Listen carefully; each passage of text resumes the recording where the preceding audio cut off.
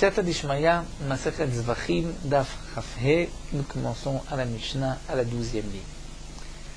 La Mishnah nous enseigne que lorsqu'on récupère le sang du korban après la shrita, il faut récupérer directement le sang dans un keli.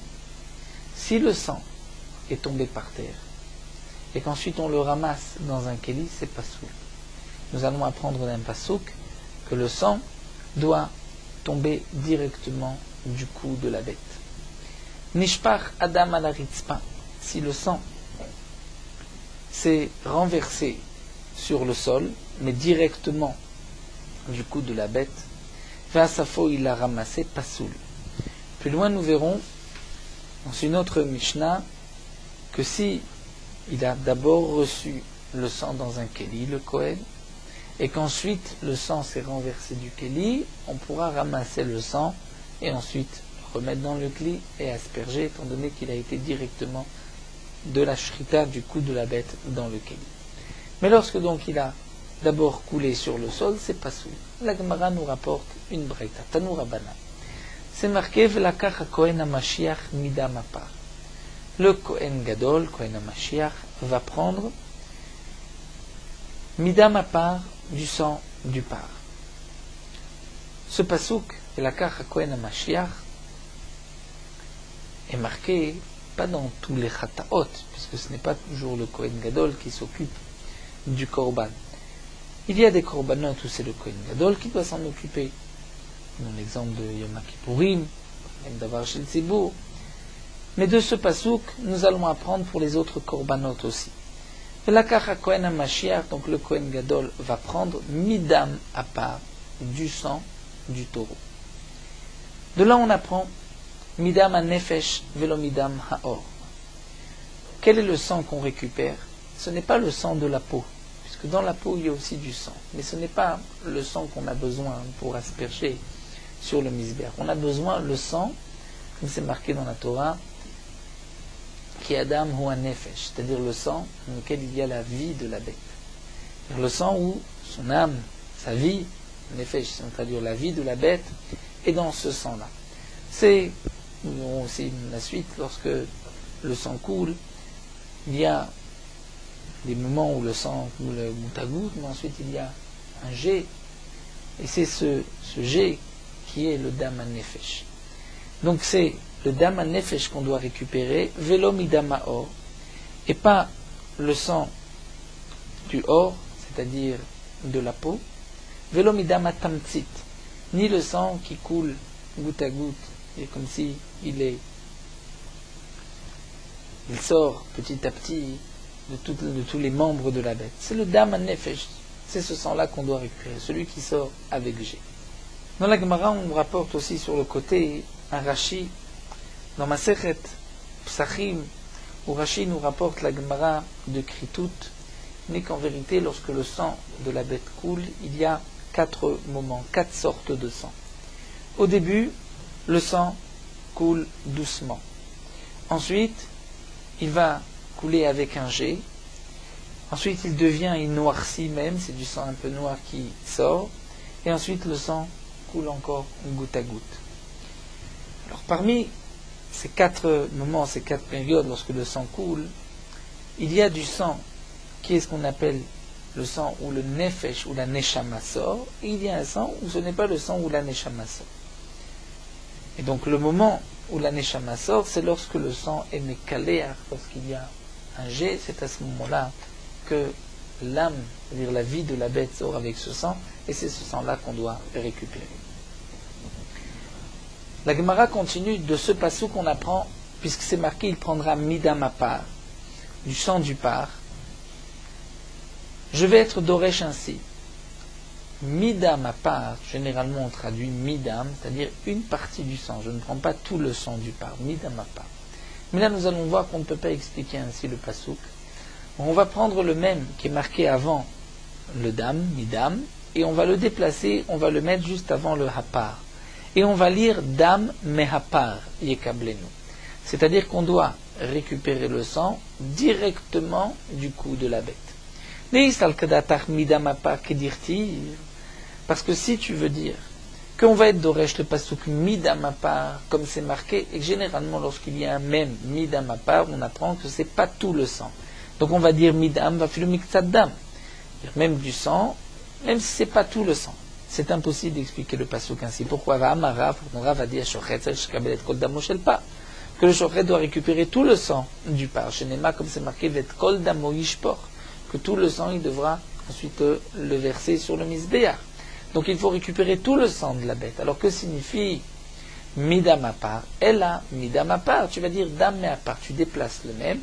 Et kablenu, donc tu récupères le sang directement de la bête, les kassava, et donc le tana de cette braïta pense, gorim, on enlève le même, ou mosifim, et on le rajoute au mot d'à côté, donc mais à part, vedorshin, et ensuite on est doresh, et donc de là on apprend que le sang doit couler directement du cou de la bête dans le kéli. La Gemara va reprendre. Goufa, Amara, Biuda, Amara, nous venons de voir que Ashochet, Serichet, Kabelet, Kol, Damo, Shel Pa. Celui qui fait la shrita d'un korban, il doit récupérer ensuite tout le sang du taureau. Shenema, comme c'est marqué, Ved, Kol, Dama, Par, Ishpor, que tout le sang du taureau, il devra le verser. Il le versera où? Puisque ce passouk est marqué juste après Matan Damim, c'est-à-dire lorsqu'on va asperger d'abord le sang sur le misbéach. Ensuite, dit la Torah, Vet Kol Damapar, Yishpoch El Yesod a Misbéach Haola. C'est-à-dire qu'une fois qu'on a aspergé le sang aux quatre coins du misbéach, donc pour le korban khatat avec le doigt, le keret, on prendra ensuite le reste du sang et on va le verser sur le Yesod, sur la base du misbéach. Donc demande la Gemara, avec Shiraim Ktiv, pourtant ce passouk est marqué à propos des Shiraim, des restes, et pas au moment de la Kabbalah. Donc c'est marqué que tous les Shiraim, il faut les verser, ce n'est pas marqué qu'il faut récupérer tout le sang de la bête. Comment tu peux apprendre de ce passouk qu'il faut récupérer tout le sang de la bête? La Gemara répond, tu ne peux pas dire qu'il s'agit des Shiraim, que tout le sang du taureau, il va le verser, puisque maintenant on est après la haza'a, après la zrika sur le misbéach. Donc il n'y a plus tout le sang du taureau. Et la Torah te dit, tu vas prendre tout le sang du taureau que tu vas verser. Donc obligatoirement, puisque tu ne peux pas l'expliquer dans le contexte simple du pasouk, tu vas dire, si ce n'est pas pour les shirem d'allaiter les coulées d'âme, puisque le sang n'est plus entier, puisqu'on a pris une partie qu'on a appliquée sur le misbéach, on utilisera toujours le terme de zrika, d'appliquer le sang, même si pour le korban khatat, ce n'est pas avec un keli, on ne va pas jeter, asperger, on va prendre avec le doigt, on ne va pas non plus jeter le doigt, on va appliquer sur le misbéach, on utilise toujours le même terme de zrika. Donc la Gemara nous dit, puisque tu ne peux pas l'expliquer pour les shiraim, donc tu vas l'expliquer tno inyan bekabbalah pour la Kabbalah. Donc de là on apprend qu'il faut que tu récupères tout le sang du korban. La Gemara continue à Marabuda, Mar Shmuel, un autre enseignement de Rabiuda au nom de Shmuel. Le shochet du korban, lorsqu'il égorge la bête, il doit ensuite lever, après la shrita, le couteau vers le haut, afin, comme nous l'explique Rashi, que le sang qui se trouve sur le couteau ne tombe pas dans le keli. Chez Nema, parce que c'est marqué dans la Torah, Velakach midamapar. Il faut prendre le sang donc du taureau. Mais tu ne vas pas prendre le sang du taureau et le sang aussi qui va couler du couteau. Il faut prendre le sang directement du taureau. Alors demande la Gemara, Vedam sakin bemay mekaneachle. Alors le sang du couteau, avec quoi on va l'essuyer, nettoyer, enlever ce sang? Amar Abaye bisfat mizrak. Abaye répond sur les bords du récipient dans lequel on va récupérer le sang. Et d'irtif, comme c'est marqué, la Gemara nous rapporte un pasuk keforé za'av, c'est-à-dire que les kelim du Beth Amikdash sont appelés keforé za'av. Que signifie keforé? Rashi nous explique que keforé c'est shom kinoach lavé, comme on retrouve dans d'autres Gemarot. Donc pourquoi le keli s'appelle keforé za'av? C'est parce que sur ce keli, sur les bords, on allait essuyer shom keforé, comme on retrouve ailleurs, c'est-à-dire la chaîne de kapara aussi, c'est même la chaîne de nettoyer. Donc on va nettoyer le sang du couteau sur le mizrak, c'est-à-dire sur le keli qui récupère le sang. Amar Afrizda, Amar Abirmia Baraba, Rav Chisda nous dit au nom de Rabbi Yirmiyah Baraba, shochet, le shochet d'un korban, tsarir sheiten vridin letoch kli. Il doit prendre les vaisseaux, les artères du cou et les mettre letoch akeli, à l'intérieur du keli, afin que le sang coule directement dans le keli et que ce soit considéré une Kabbalah, on a récupéré le sang directement du taureau. Rashi précise, ce qui est marqué ici, Tor, ne signifie pas à l'intérieur du keli. Nous allons voir dans la Gemara que le keli, qui a des rebords sur les côtés, il y a le fond du keli, lorsque le sang touche le keli, il y a le avir keli, c'est-à-dire lorsque le sang se trouve à l'intérieur des parois du keli, mais il n'a pas encore touché le fond du keli. Et il y a aussi un autre stade, c'est que le sang se trouve juste au-dessus du keli. C'est-à-dire si on voulait prolonger les parois du keli, le sang se trouverait dans le avir, on peut dire l'espace du keli, mais le sang n'est pas encore arrivé entre les parois du keli. Le din que la Gemara nous enseigne ici, les toch hakeli, c'est que il faut placer donc, ces vaisseaux au-dessus du keli, c'est-à-dire en face, afin que le sang coule directement, direct pour couler dans le keli, mais il n'est pas entre les parois du keli. Rachid dit, c'est impossible, on ne peut pas prendre les vridim et les mettre à l'intérieur du keli, donc il faut les mettre juste au-dessus du keli. Itmar Name, et la Gemara poursuit, nous rapporte que aussi Amar Rav Asi, Amar Rabbi Yochanan, Rav Asi Adin, Rabbi Yochanan Vridim, les sauts, les artères, Tsarir, Sheirou, Avir, Keli. Il faut qu'il voit, c'est-à-dire qu'il soit juste au-dessus du Keli, qui est Avir Keli. Donc Avir, on appelle toute cette, c'est comme si on projetait les parois du Keli plus haut, quelques centimètres, et donc les vridines se trouvent au-dessus du keli et le sang va couler directement. La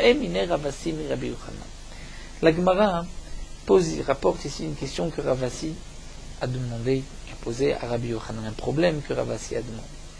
Hayam Ekabel, le Kohen a le keli dans les mains pour récupérer le sang. Venifretu shule mizrak, et le fond du keli s'est ouvert. Peu difficile, le matériau ici ouvert, mais la question est théorique. Le fond s'est ouvert. Achelo igi adam la avir, avant que le sang ne soit arrivé entre les parois du keli. C'est-à-dire que le sang se trouve dans le avir keli au-dessus, mais il n'est pas encore dans le avir du keli entre les parois. Mao, quel est le dit? Est-ce que Avir chez En Sofo la noire kemunach dame, étant donné que le sang ne va pas couler, ne va pas s'arrêter dans le keli, puisque le fond du keli est ouvert. Donc le sang va tomber. Est-ce qu'on considère qu'un avir, donc entre le keli, cet espace, chez En Sofo la noire, où le sang ne va pas tomber au fond du keli, malgré tout kemunach dame, c'est comme si le sang était posé dans le keli. Et donc il y a eu une Kabbalah, d'abord dans le keli, parce qu'ensuite le sang a coulé par terre, on pourra le ramasser. Olo kemunach dame, ou peut-être que non. Ce n'est pas encore kemunach, puisque le sang ne va pas couler dans le keli, ne va pas s'arrêter dans le keli, et il n'est pas encore entre les parois du keli, il est au-dessus, dans la prolongation du keli. Peut-être que dans ce cas-là, ce n'est pas comme si le sang se trouvait dans le keli, et donc il n'y a pas eu de Kabbalah de sang dans le keli, le sang qui est tombé par terre sera donc bassoul. Rashi précise, si le sang est arrivé entre les parois du keli, et qu'ensuite le fond du keli s'est ouvert, c'est considéré comme une Kabbalah, étant donné que le sang s'est trouvé pendant un instant entre les parois du keli. Mais là la question c'est que, étant donné que on est au-dessus, donc dans la prolongation des parois, est-ce que c'est comme si le sang avait touché le fond du keli? Est-ce que c'est kemunach dame, bien qu'il ne va pas s'arrêter dans le keli? Amarle Rabbi Yochanan lui a répondu, Tanitoua, nous l'avons enseigné. C'est déjà marqué. Chavit shemunacha tachat azinok. La Gemara nous renvoie ici à un din de para adouma. Pour la para adouma, les cendres de la vache rousse, nous avons besoin de récupérer dans un keli, de prendre ce qu'on appelle maïm chaim, c'est-à-dire de l'eau de source, de l'eau vivante. Si cette eau passée auparavant dans un keli, ce n'est plus maïm chaim, et donc cette eau ne pourra pas servir pour le mélange des cendres de la vache rousse avec de l'eau, puisque c'est marqué dans la Torah qu'on doit prendre les cendres de la vache rousse et on va mélanger ces cendres avec de l'eau maïm chaim dans un keli, et ensuite on va prendre de ce mélange qu'on va asperger sur l'homme impur.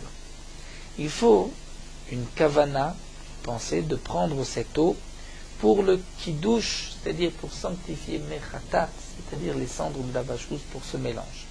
Si un homme a posé un keli, et comme Rachid nous l'explique, nous avons ici un chavit, tonneau, une chavit, un tonneau, chez Munachat, qui est posé tachat azinok, c'est-à-dire sous une sorte de tuyau. Dans ce tuyau, il y a de l'eau qui coule d'une montagne qui est bien penchée, bien abrupte. Et le jet coule au loin et va tomber dans ce tonneau. Alors, ce tonneau n'a pas été placé ici pour récupérer de l'eau pour mechatat. Est-ce que je peux malgré tout prendre de l'eau pour ensuite m'en servir pour mechatat, pour le mélange avec les cendres de la vache rousse? L'eau qui est déjà tombée dans le tonneau, c'est sûr que c'est de l'eau qui est pas soule, je ne pourrai plus l'utiliser, ce n'est pas maïm chaim. Il faut maïm chaim, de l'eau de source, de l'eau vivante, donc directement dans le keli que je vais utiliser. Mais ici c'est un autre keli, le tonneau, je ne l'ai pas mis pour mechatat, donc si ensuite je veux prendre de ce tonneau, ce n'est plus maïm chaim. Alors quel est le din? Maïm chez betocha, l'eau qui se trouve à l'intérieur de ce tonneau, mais chez bechutzala, et qui se trouve aussi à l'extérieur de ce tonneau, psulim, cette eau est psula. Donc Rashi nous explique que signifie maïm chez betocha ve chez bechutzala, c'est-à-dire l'eau qui se trouve à l'intérieur, mais l'eau aussi qui va couler, et qui ne va pas tarder à couler à l'intérieur. Donc c'est en vérité comme le avir du keli, si on avait prolongé le chavit, donc cette eau se trouverait entre les parois du chavit. Donc c'est un avir, c'est vrai qu'ici il est sofo la noire, puisqu'il va tomber dans le chavit. La Gemara posera la question par la suite. Mais malgré tout, la Gemara a voulu pour l'instant prouver que donc l'eau qui se trouve dans le avir, au-dessus du tonneau, mais sinon, si on suit la prolongation des parois du tonneau, cette eau, c'est comme si elle est posée dans le chavit, dans le tonneau. Donc de même, on dira que avir, plus haut que le sang, c'est comme s'il est posé dans le cli. On termine juste le din, qui est marqué que si Tsiref Pia Lazinok, si on a approché l'ouverture, le haut du tonneau, les inocs, à cette eau qui coule à ce tuyau, donc il n'y a pas de avir d'air entre le tuyau et le tonneau. Maïm shebetocha psulim, l'eau qui se trouve déjà, Rachid nous dit, dans le avir des défanotes, des parois du tonneau, c'est pas soul, mais shebechutzala ksherim. Shebechutzala, ce qui est à l'extérieur, c'est-à-dire même si on prolongeait les parois du keli, malgré tout c'est kasher. Pourquoi? Puisque ce n'est pas considéré comme un avir, c'est-à-dire ce n'est pas de l'eau qui est détachée du tonneau, du tuyau. L'eau se trouve encore dans le tuyau, donc on ne peut pas les considérer cette eau comme si l'eau se trouve dans le avir, c'est-à-dire dans la prolongation du tonneau, puisque l'eau est encore dans le tuyau, et donc cette eau-là est kshera. En tout cas, donc du premier din, nous avons prouvé que l'eau qui va couler, c'est comme si l'eau était déjà dans le tonneau, et c'est pour cela que cette eau est psula.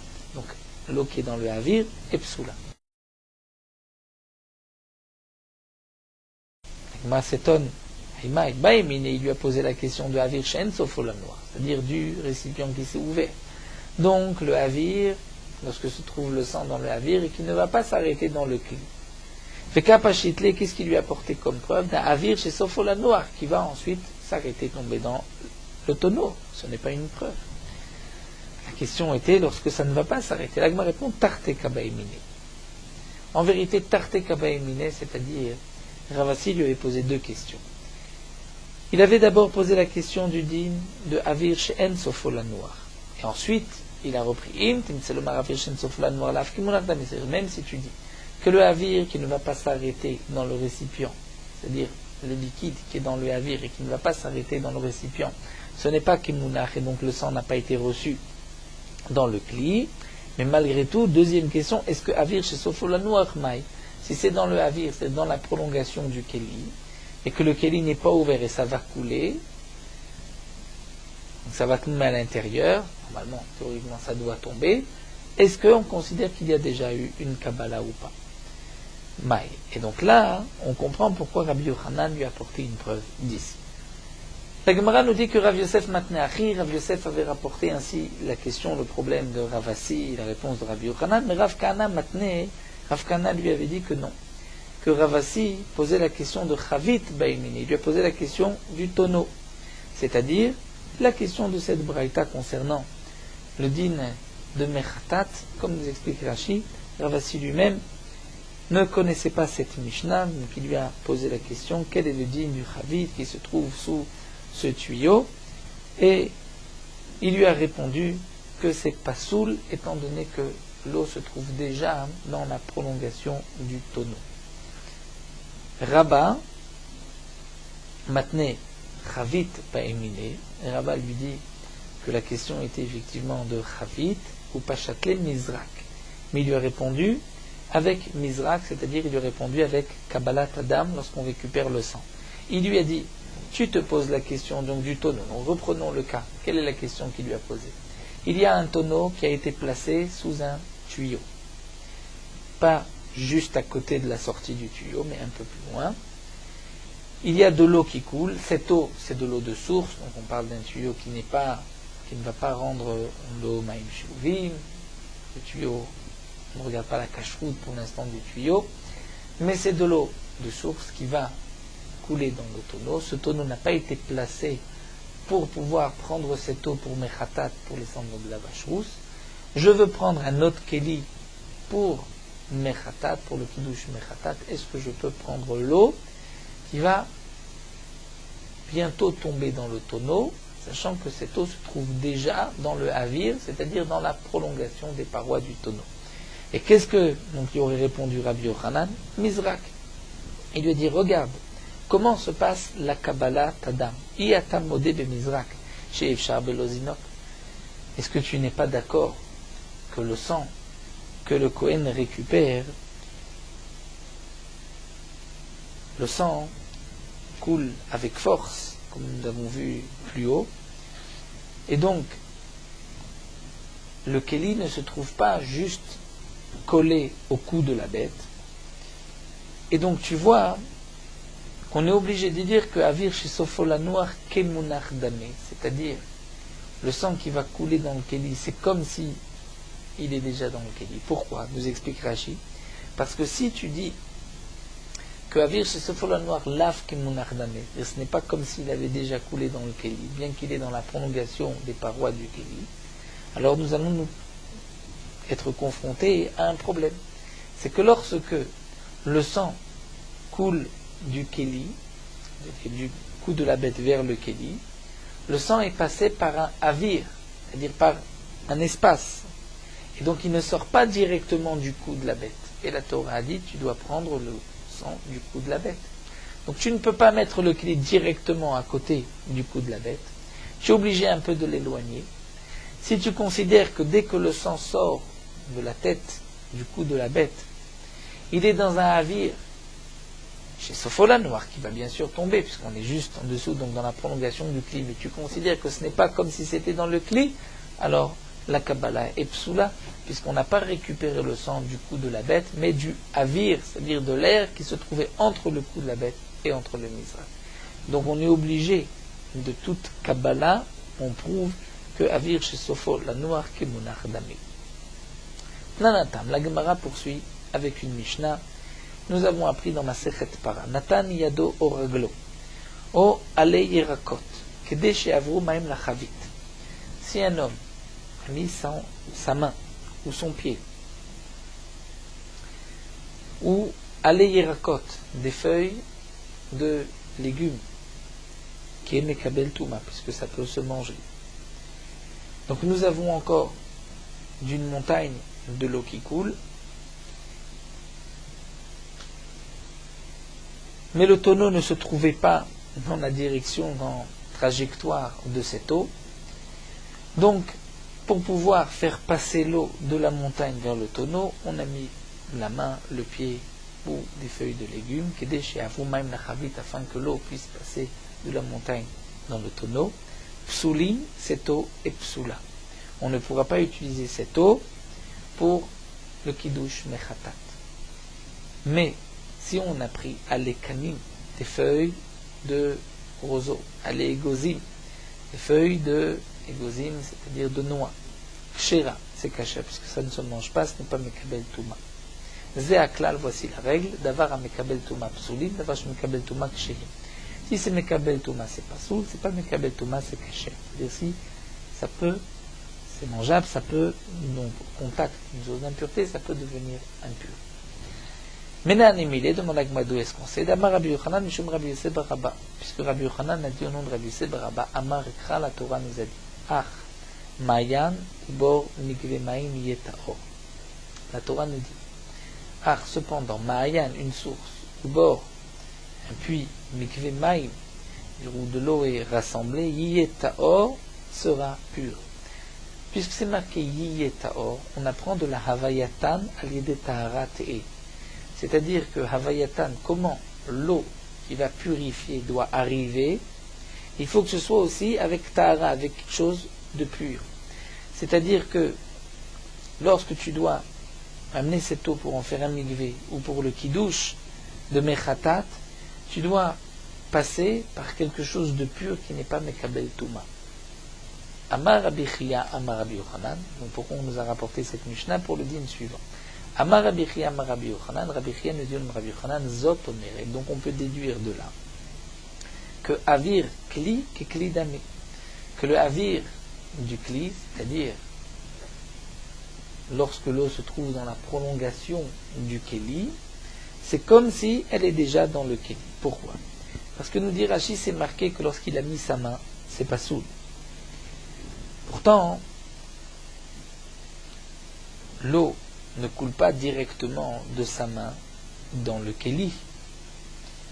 Il a mis sa main afin que l'eau puisse changer de direction grâce à sa main et qu'ensuite l'eau va couler de sa main, ensuite l'eau va continuer de couler dans le tonneau. Et malgré tout, on voit que c'est pas soul.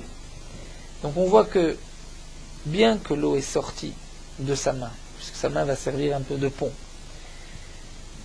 on considère que l'eau a coulé directement de sa main dans le tonneau. Mais si tu considères que le avir, c'est-à-dire au-dessus du tonneau, si on prolongeait les parois du tonneau, toute cette partie, ce n'est pas comme le tonneau lui-même, à ce moment-là, même s'il a mis sa main, que la main puisse faire passer l'eau de cette montagne où l'eau coule, que la main puisse être le pont entre la montagne et le tonneau, ça devrait être caché. Pourquoi? Puisque Rashi nous dit, dès que l'eau est sortie de sa main, elle est passée par le avir.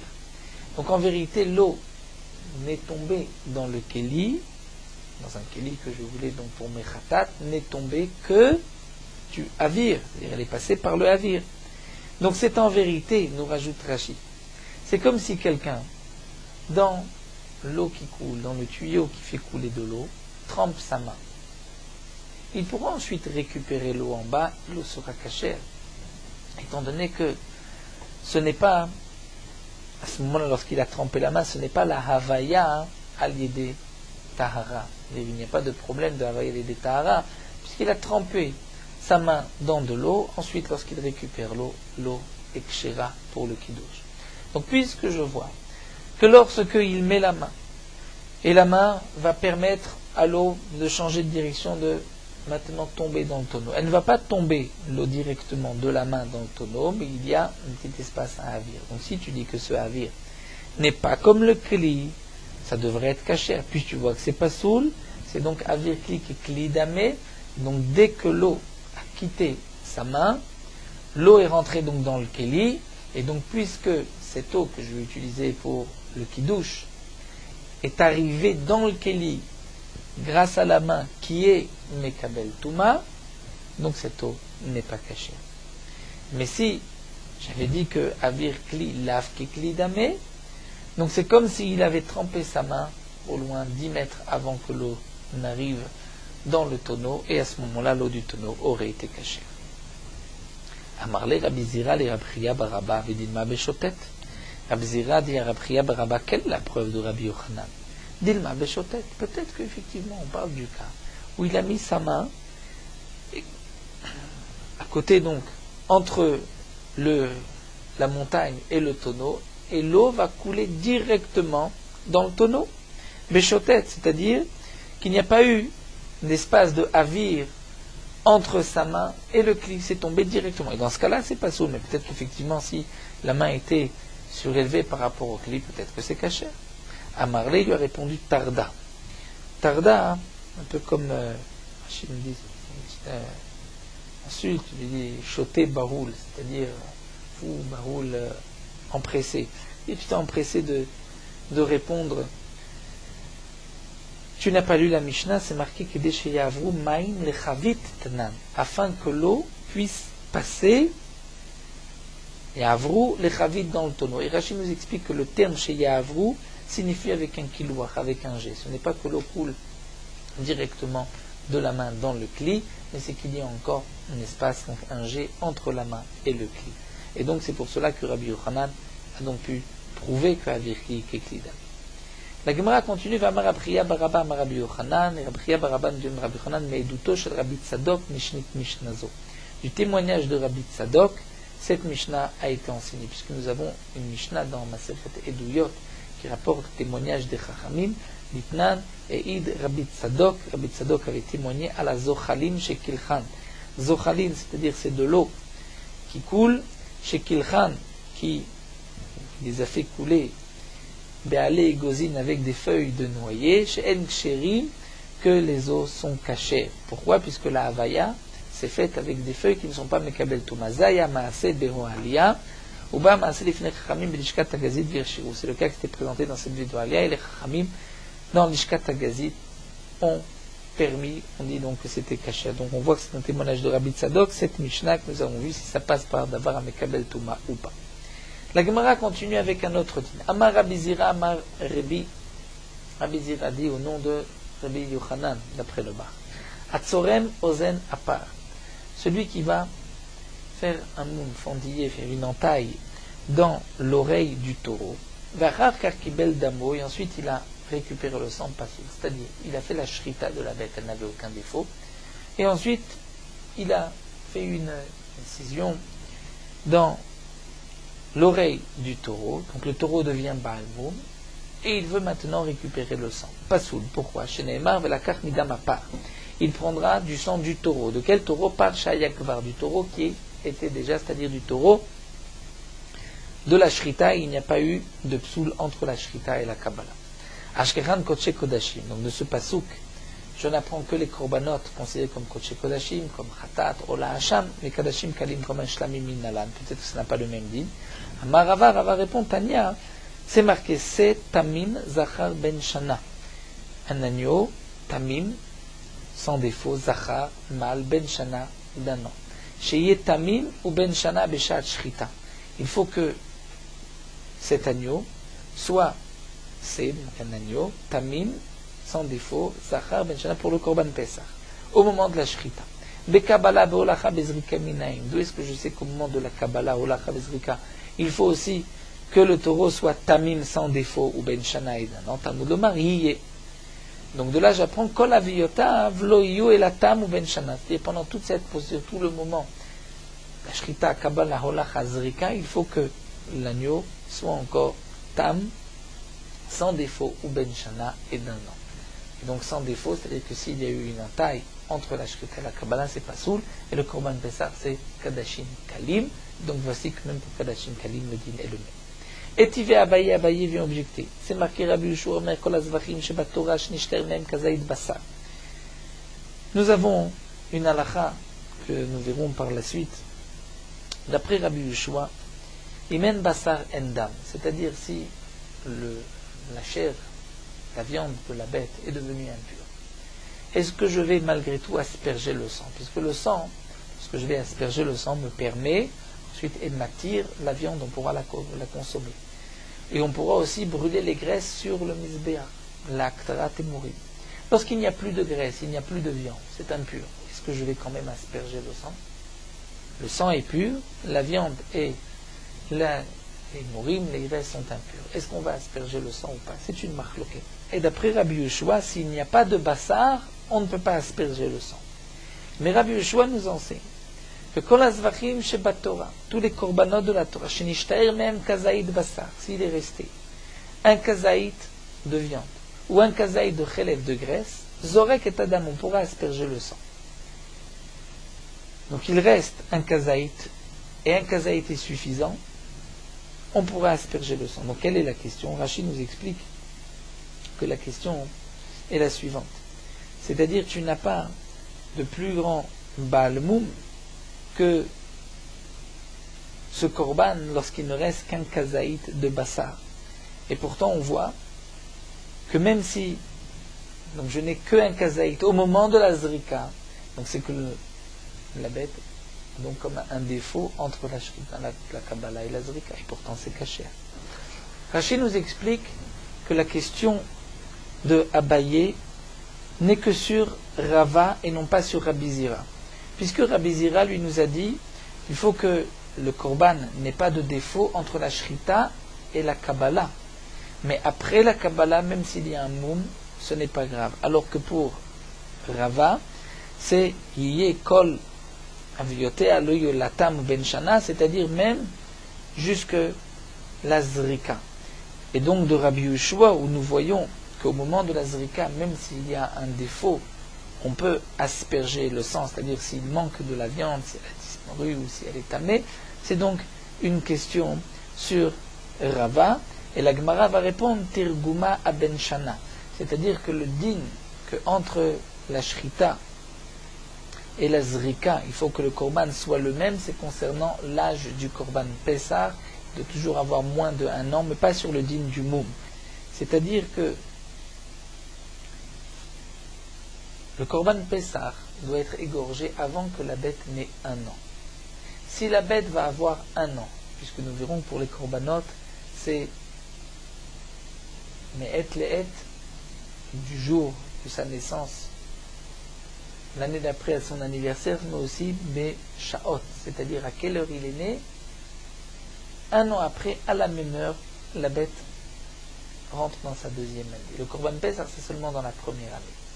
Si le korban Pessah, au moment de la shrita, avait moins d'1 an, mais au moment de la zrika a déjà plus d'1 an, puisqu'il était né à cette heure-là, entre la shrita et la zrika, bien c'est dans ce cas-là que kol aviotav, iyu kol aviotav lo iyu ela ben shana, mais pas pour le din de Balmo.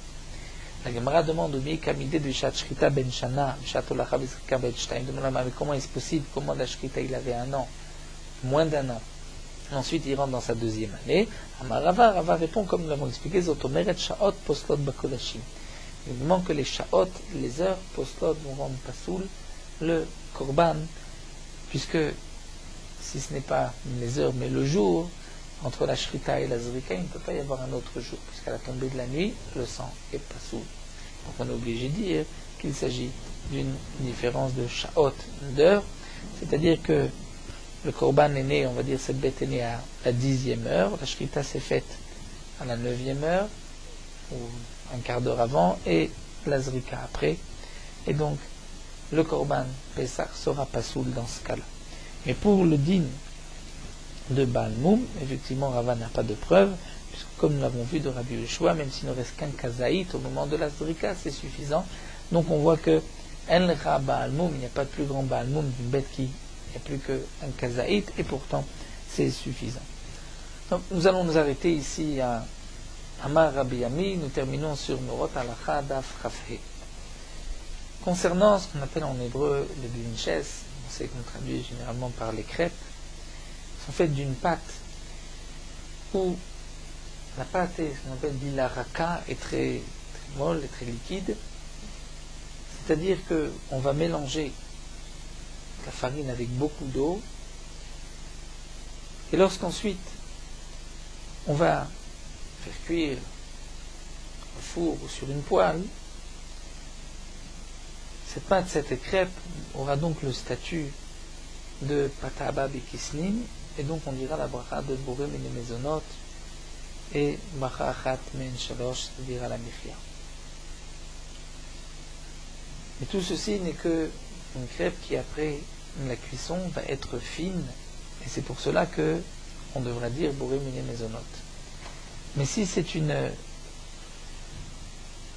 crêpe qui ensuite n'est pas fine, donc elle garde son statut de pain, sauf si on a mélangé, on a mis à l'intérieur d'autres ingrédients, beaucoup de sucre ou de lait, qui à ce moment-là vont rendre cette pâte boré mine maisonnote, parce que il y a eu dans la pâte un mélange d'autres choses qui la rendent, bon, comme nous l'avons vu, boré mine maisonnote.